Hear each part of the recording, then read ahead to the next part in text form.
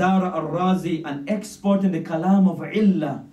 Do you know what's the kalam of illah? I gave you an example a while ago. If you knew that this man is in a chain of narrators and he used to walk his wife home, no, he's not allowed to take his hadith.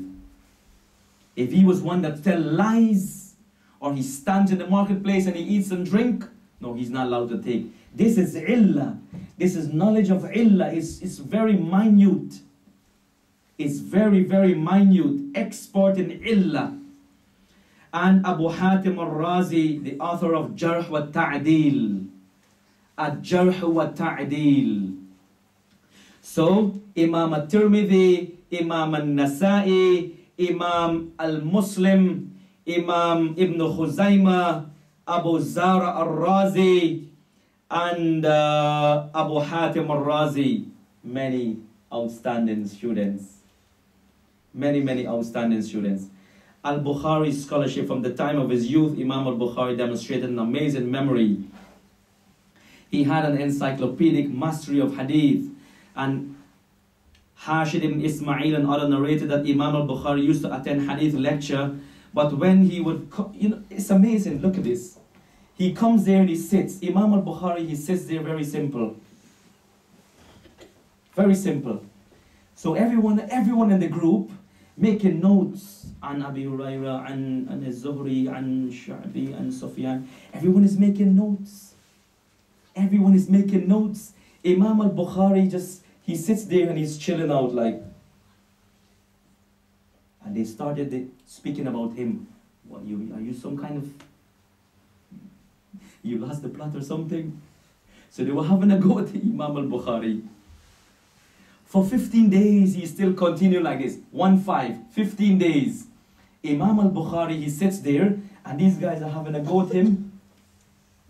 And everyone is recorded.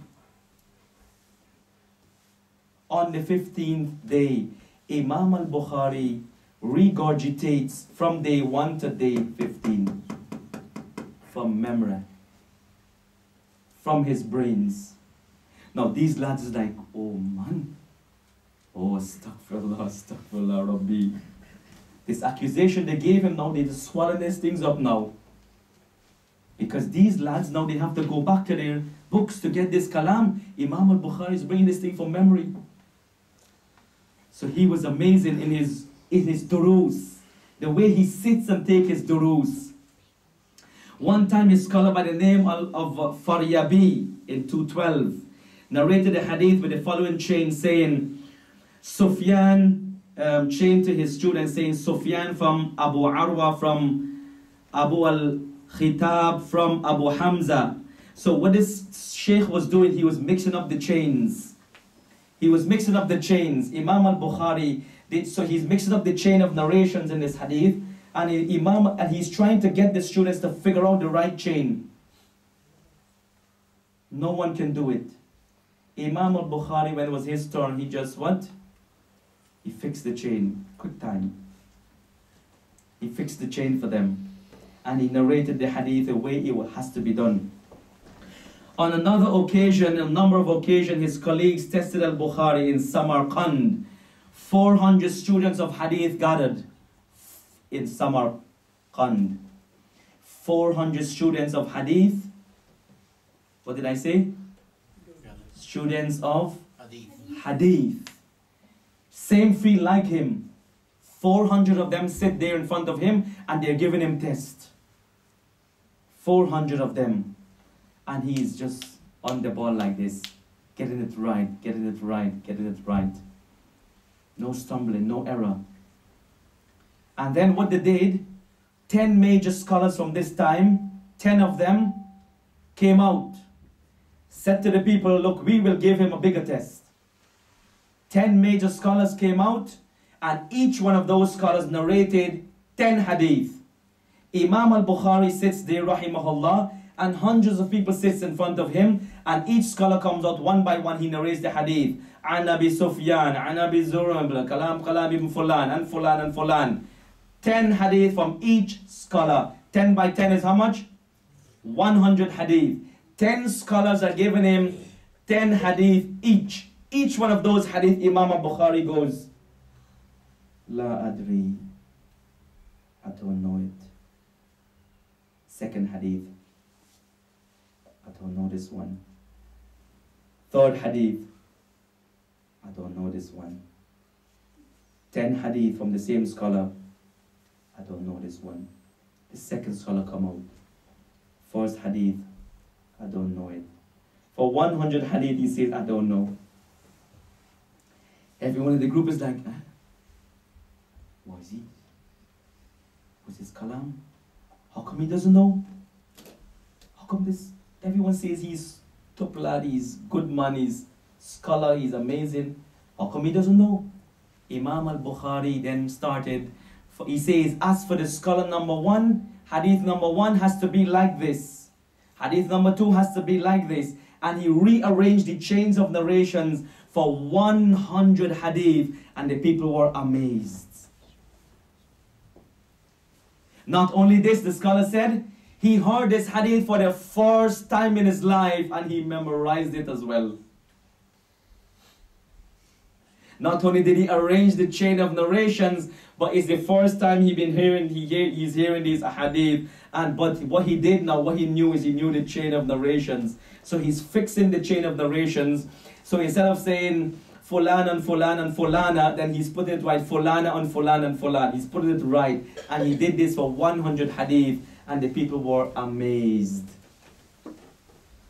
Imam Al-Bukhari. By the time Al-Bukhari reached Al-Basra, the scholars of the town were looking forward to his farewell, and they welcomed him. They welcomed him and they gave a very, very good farewell for him in Basra. And they asked him to narrate hadith to them. Thousands of scholars gathered to hear Imam Al-Bukhari lecture. He began by saying, O people of Basra, I am a young man and you have asked me to narrate to you. I will narrate to you hadith that you will benefit from the people of your tongue. And he started narrating to them, and he started fixing the chains of narrations right as well. Like today we have many, many ahadith and we do not even know if it's right or wrong. It's only if a scholar of hadith comes to you. Scholars' statements concerning Imam Al-Bukhari, Al-Bukhari's character. He was very pious. He was a faqih, not only the hadith, but he knew the Islamic jurisprudence. Imam Al-Bukhari, he had some very strong opinions regarding the fiqh. He even made some statement that even goes against the Hanafi madhab because they have some very weird opinions. And he was known. What was Imam Al-Bukhari? Was he a Hanbali? Was he a Shafi'i? Was he a Hanafi? What was a madhab that he used to follow? Wallahi, the scholars some of the scholars says he's a Hanbali, some of the scholars says he's a Shafi'i, some of the scholars says he was a Hanafi because of his teachers. He was influenced at different time by different teachers. And then some of the scholars says he had his own interpretive approach. The madhab of Imam Al-Bukhari, wallahi, he had an amazing kalam. His madhab was Ahlul Hadith. And the major characteristics of his madhab, their position towards transmitting hadith was one that is very strong and one that is very strong and up to date, somewhat of the literal approach. A more ethical approach, he had different approaches, his trials. And I will close on this one, subhanallah. His trials, Muhammad ibn Yahya,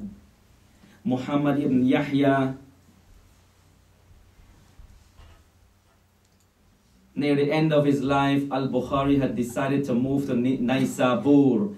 By this time, obviously, he was a well-known scholar. All of the people of Naysabur came to greet him.